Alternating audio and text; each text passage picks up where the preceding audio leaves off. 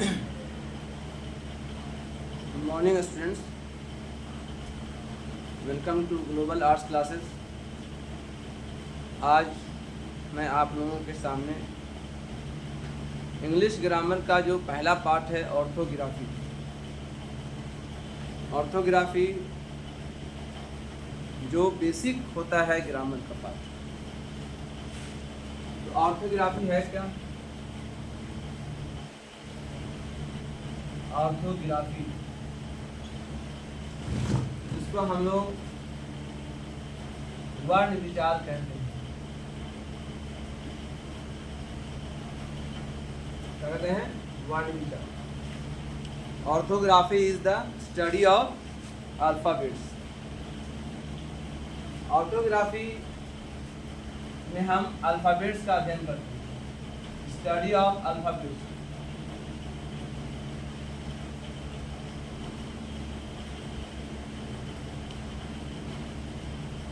अब सवाल उठता है कि अल्फ़ाबेट है क्या? तो हम सब जानते हैं, उसको हिंदी में बोलते हैं वर्णमाला, ठीक है। लेकिन अल्फ़ाबेट जो है ये अंग्रेज़ी में कहा जाता है, और अंग्रेज़ी में जो है इसको हम लोग ग्रुप ऑफ लेटर्स कहते हैं। Alphabet is called group of letters. ये अक्षरों का समूह।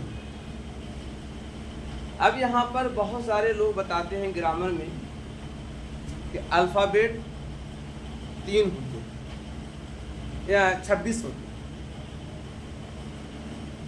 जो ये कंसेप्ट बताते हैं बच्चों को कि अल्फ़ाबेट 26 होते हैं, this is wrong. This is completely wrong. Alphabet होते हैं एक। Alphabet is only one. क्योंकि अल्फाबेट क्या है? Group of letters. तो ग्रुप ऑफ लेटर्स एक ही होगा। जैसे वर्णमाला एक ही होता है, वर्णमाला के अक्षर अलग होते हैं, वैसे ही लेटर्स 26 होता है, ना कि अल्फाबेट 6 होता है। यानी अल्फाबेट 1 है और लेटर्स कितने होते हैं? 26 होता है। अब सवाल है कि व्हाट इज लेटर्स? लेटर क्या है? सिंपल सा शब्द है, letter is a sign and symbol. Letter क्या है? साइन एंड सिंबल है। लेटर एक सिंबल है, एक चिन्ह है जो अलग अलग भाषाओं में इस्तेमाल किया जाता है। जैसे ए बी सी डी एक सिंबल है, जैसे क ख ग घ एक सिंबल है। उर्दू में जैसे अली बे ते एक सिंबल है। वैसे ही और भाषाओं में, कुछ भाषाओं में अल्फा बीटा गामा डेल्टा होता है, पाई थाई शाई, इस तरह से। तो बहुत सारे जो ये सिंबल्स हैं, वैसे ही जो है न्यूमेरिकल में 1 2 3 होता है, सिंबल है। तो दिस इज अ सिंबल। तो सिंबल को अध्ययन करते हैं ऑर्थोग्राफी में।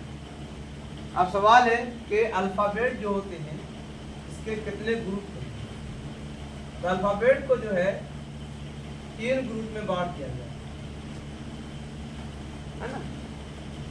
अल्फाबेट को यानी 26 लेटर जो है इसको 3 ग्रुप में बांट दिया गया। पहला है आपका कॉन्सोनेंट। कॉन्सोनेंट जो होते हैं वो आपके होते हैं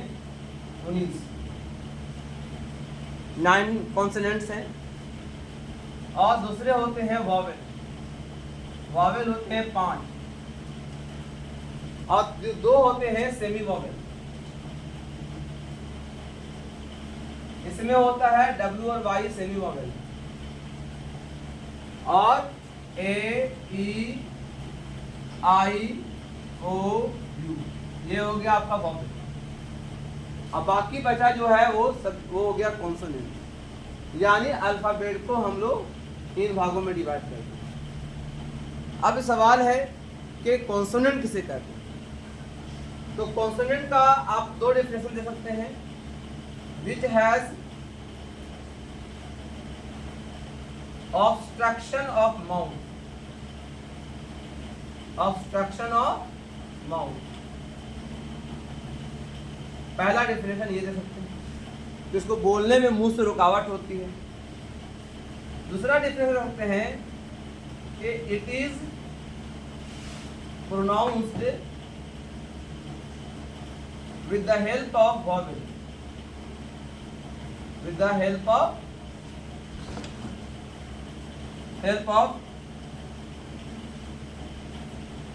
vowel। जो vowel के सहायता से बोला जाता है उसको हम कॉन्सोनेंट कहते हैं। अब जैसे आप देख ले सकते हैं, जैसे हमने बोला बी बोल रहे हैं तो ई बोलना पड़ेगा, बिना ई के बी का साउंड नहीं हो, यानी ई इस्तेमाल हो रहा है तब बी बोला जा रहा है। वैसे अगर बी बोल रहे हैं तो रुकावट हो रहा है मुंह में, दो होंठ टकरा रहे हैं, तो इसको दो डेफिनेशन हो सकता है। इसका डेफिनेशन है, बस उल्टा इसको कर दीजिए, which has no obstruction of mouth, जिसको बोलने में मुंह से रुकावट नहीं होती है। अब ए ई आई ओ यू अगर बोलते हैं तो मुंह से कोई पार्ट में रुकावट नहीं है।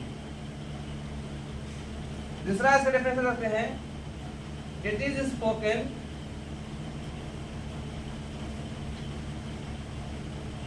with the help of vocal cord। इंसान के बॉडी में, इंसान के इस पार्ट में, गर्दन में वोकल कोड होता है, जिससे से आवाज निकलता है, उसी के आवाज से निकलता है ये वॉवेल। तो वॉवेल को हम वोकल कोड से आवाज करते हैं, इसलिए उनको बोल सकते हैं, डेफिनेशन है। और तीसरा जो है सेमी वॉवेल, डब्ल्यू और वाई। एक्चुअली देखने में एक कॉन्सेंट लग रहा है, लेकिन इसका दो यूज, कभी बन जाता है वॉवेल, कहीं बन जाता है कॉन्सोनेंट। जैसे कि हम डब्ल्यू को देखते हैं, डब्ल्यू को हम इस्तेमाल करते हैं हु, तो वी का साउंड आ गया। वही डब्ल्यू को यहाँ पे इस्तेमाल करते हैं टी ओ डब्ल्यू टू, यहाँ पर ओ का इस्तेमाल टू बोलते हैं। यहाँ पर हम लोग वाट का प्रयोग किया, डब्ल्यू एच की वाट वी का प्रयोग आ गया। यहाँ पर अगर हम इस्तेमाल करते हैं एन ओ डब्ल्यू नाउ, ओ का इस्तेमाल हो गया। तो आप इसी तरह से जे भी बोल सकते हैं। जैसे आप बोला वेन इस्तेमाल किया तो आपका वी का साउंड आ गया, या और बाद में डब्ल्यू अगर बाद में या लास्ट में या बीच में इस्तेमाल हो रहा है तो ओ का वॉवेल साउंड आ रहा है। जैसे बोलते हैं, आप बोल सकते हैं, है ना, काऊ, लो, पा, बा, पा, पी ए डब्ल्यू, पा। तो आप इसे बोलिए तो इसमें साउंड आ रहा है वोकल का, और इसमें साउंड आ रहा है कॉन्सोनेंट का, इसलिए नाम इसको दिया सेमी वोकल। वैसे ही अगर वाई को देख लेते हैं, वाई से अगर शुरू में इस्तेमाल आता है यस, या का साउंड आ रहा है, योर, या का साउंड आ रहा है। बाद में इसको इस्तेमाल कीजिए तो अलग इस्तेमाल, स्टाइल, आई का इस्तेमाल हुआ, से, ए का इस्तेमाल हुआ। तो अगर बीच में इस सब को बाद में इस्तेमाल कर रहे हैं तो कॉन्सोनेंट साउंड आ रहा है, और पहले इस्तेमाल कर रहे हैं तो वॉवेल साउंड आ रहा है, या शुरू में इस्तेमाल कर रहे हैं तो कॉन्सोनेंट साउंड आ रहा है, और बाद में इस्तेमाल कर रहे हैं तो वॉवेल साउंड आ रहा है। इसी तरह से नाम दे दिया सेमी वोकल। तो इस तरह से ऑर्थोग्राफी जो होता है ये इसका डिटेल है, लेकिन यहीं पर आप नहीं रुकते हम लोग। ऑर्थोग्राफी में जो वर्ड बनते हैं वो बनते हैं सिंबल के मिलने से, यानी लेटर्स के मिलने से। तो लेटर्स और सिंबल के बीच में एक चीज और होता है ना, जिसको बोलते हैं हम लोग साइलेबल। तो साइलेबल क्या है, सिंपल सा बता दूं मैं, यही साइलेबल मिलकर करके वर्ड बनते हैं। साइलेबल एक्चुअली होता है कि एक लेटर हो सकता है और ग्रुप ऑफ लेटर, एक लेटर हो सकता है या लेटर का ग्रुप हो सकता है। तो अ लेटर और a group of letter having one vowel sound, यानी साइलेबल जो होता है एक लेटर हो सकता है या ग्रुप ऑफ लेटर हो सकता है जो एक वॉवेल साउंड दे। जैसे मैंने ए बोला तो ए बोला एक लेटर है लेकिन साउंड एक आ रहा है, एक वॉवल साउंड दिया मैंने। जैसे लिख रहे हैं बॉय, तो बॉय में 3 लेटर है लेकिन साउंड एक वॉवल आ रहा है, ओ ए, बॉय। जैसे आपने बोला ब्यूटीफुल, ब्यूटीफुल, अब इसमें देखिए कई लेटर्स हैं, 1 2 3 4 5 6 सब कई लेटर्स हैं, लेकिन इसमें साइलेबल है 3। ब्यू एक साइलेबल, यू का साउंड आया, टी आई का साउंड आया, फुल ऊ का साउंड आया, यानी इसमें 3 साइलेबल है। तो इसी से हम लोग वर्ड को निर्माण करते हैं, नए वर्ड जो क्रिएट होते हैं ऐसे ही इस्तेमाल होते हैं। अब इस ब्यूटीफुल को देख करके हम कई वर्ड बना सकते हैं। जैसे ब्यूटीफुल को हम ब्यूटीफुली कह सकते हैं, अनब्यूटीफुल भी कह सकते हैं। इस तरह से कितना हो गया, अन एक साइलेबल हो गया, ब्यू 2 हो गया, टी 3 हो गया, फुल 4 हो गया, ऑली 5 हो गया। तो नए नए वर्ड बनाने का तरीका, इसको हम लोग साइलेबल से जोड़ते हैं, इसलिए साइलेबल को डिवाइड भी किया गया है। मोनोसाइलेबल जिसमें एक वॉवल साउंड है, बाईसाइलेबल जिसमें 2 वॉवल साउंड है ना, ट्राईसाइलेबल जिसमें 3 वॉवल साउंड है, और एक है उसके बाद मल्टीपल साइलेबल जिसमें बहुत सारे वॉवल साउंड हैं। तो पहले लेटर पढ़ते हैं, फिर हम साइलेबल पढ़ते हैं, है ना, तब वर्ड आता है। तो ये एक तरीका है ऑर्थोग्राफी का। ऑर्थोग्राफी का मैंने एक शॉर्ट सा वीडियो दिया मैंने आपको। ये उन बच्चों के लिए बहुत इंपॉर्टेंट है जो बच्चे अभी पढ़ रहे हैं, ग्रामर सीख रहे हैं, नए वर्ड कैसे क्रिएट होते हैं, है ना, नए वर्ड क्रिएट करें कैसे बनते हैं। तो उसके लिए मैं अगले से एक वीडियो बनाऊंगा जिसका नाम है मॉर्फेम। मॉर्फेम पढ़ा होगा आप लोगों ने, ग्रामर में एक पार्ट है मॉर्फेम। मॉर्फेम एक तरीका है नए वर्ड बनाने का। जैसे आप खुद अपने डिक्शनरी से नए वर्ड एक वर्ड ले करके नए वर्ड बोल कर इस्तेमाल कर सकते हैं, जिससे उससे लैंग्वेज में सुंदरता आएगी। अब फॉर एग्जांपल जैसे देखते हैं, हम बोलते हैं स्टे, स्टे मैंने ठहरना। अब उससे नए वर्ड बना स्टेशन, STAY, वाई हटा दीजिए, TION जोड़ दीजिए, स्टेशन बन गया। अब उसी में हम जोड़ देंगे स्टेशन में ARY, तो हो गया क्या, स्टेशनरी, यानी वैसी वस्तु जो अपने आप मूव नहीं करती है बल्कि वो एक जगह ठहरी रहती है। तो ऐसे बहुत सारी चीज़ें ऐसी हैं जो एक वर्ड से बहुत सारे वर्ड बनते हैं। तो ग्रामर के अंदर, इंग्लिश ग्रामर के अंदर क्या बताया जाता है, यही बताया जाता है हम कौन सा शब्द कैसे इस्तेमाल करें और किससे कैसा वर्ड बनेगा।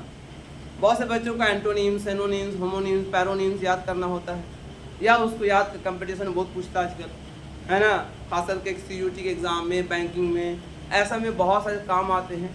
तो जब हम बेसिक शब्दों का हम बनाना नहीं सीखेंगे तो कैसे हम ग्रामर बोल सकते हैं, जान सकते हैं। तो ये ऑर्थोग्राफी का एक पार्ट था जिसमें साइलेबल एक बहुत इंपॉर्टेंट पार्ट बताया मैंने।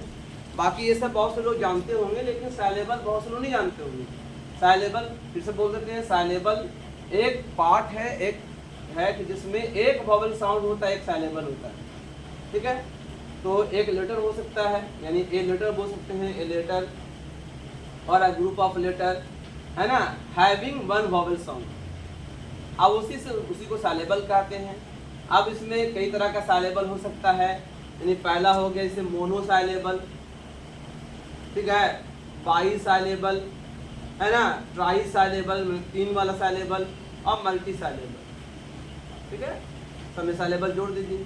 मोनो में 1 साइलेबल होगा, बाई में 2 साइलेबल होगा, टाई में 3 साइलेबल होगा, और मल्टी में बहुत सारे साइलेबल होगा। तो ऐसे बहुत सारे हम लोग, है ना, नए वर्ड तैयार कर सकते हैं। जैसे मैं एक तरीका बताता हूँ कैसे तैयार कीजिए। जैसे मैंने लिया ब्यूटीफुल, एक वर्ड लिया मैंने ब्यूटीफुल, तो ब्यूटीफुल में ब्यू, है ना, टी फुल, अब LY जोड़ दीजिए तो ब्यूटीफुली हो गया। अनब्यूटीफुल कर दीजिए।